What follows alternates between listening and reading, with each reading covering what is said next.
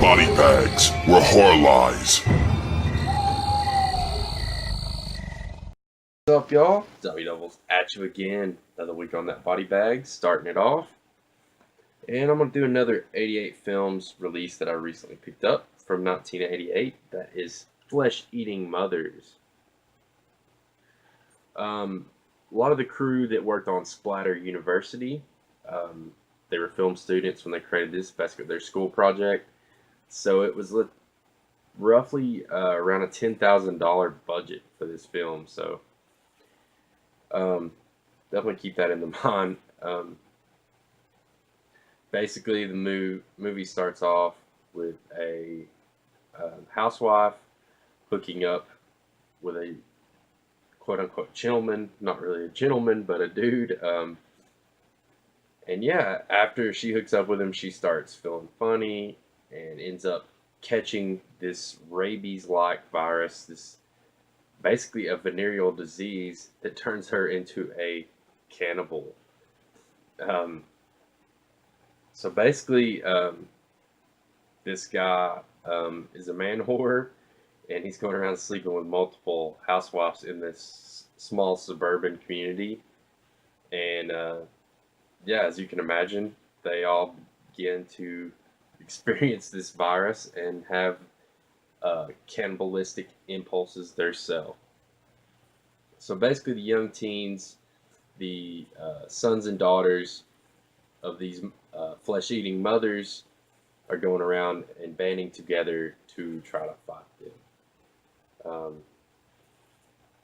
And yeah. But anyways, that's pretty much the basic plot without giving too much away. And I just have to say, like, one of the most generic soundtracks I've heard in a long ass time. I know it's a low budget film, but definitely like a lot of Casio keyboard recorded music, super cheesy, just oh man. One of those so bad it's good almost. Like just there's a real generic like heavier rock song in here. But for the most part it's kind of melodic pop with these tinges of like island influences because there's a lot of xylophone sounds and just like the cheesiest reggae you could imagine, which I just found odd and didn't really fit the film overall. But the overall effects in this one, to be low budget and what there is, I think it's a pass. It's passable. A lot of the blood and kills, look pretty cheesy, but I've seen worse at the same time. The makeup effects on the mothers is very they have these very plastic odd features going on. Trying to remember the director. I watched the director interview with this, and he was going for a monkey influence, I believe, with their looks. But to me, it comes off like a really cheesy version of Joker from the original Tim Burton Batman. They have this fake plastic smile, and as cheesy and as bad as those effects are, the mothers do look kind of creepy, I have to admit. The cinematography really throws me off with this one as well. There's a few shots, like hints of brilliance. There's some cool use of colors and backlight. There's some street scenes. There's some blue lights, some blues and reds. But the actual camera placement is very just generic and just sitting in the room like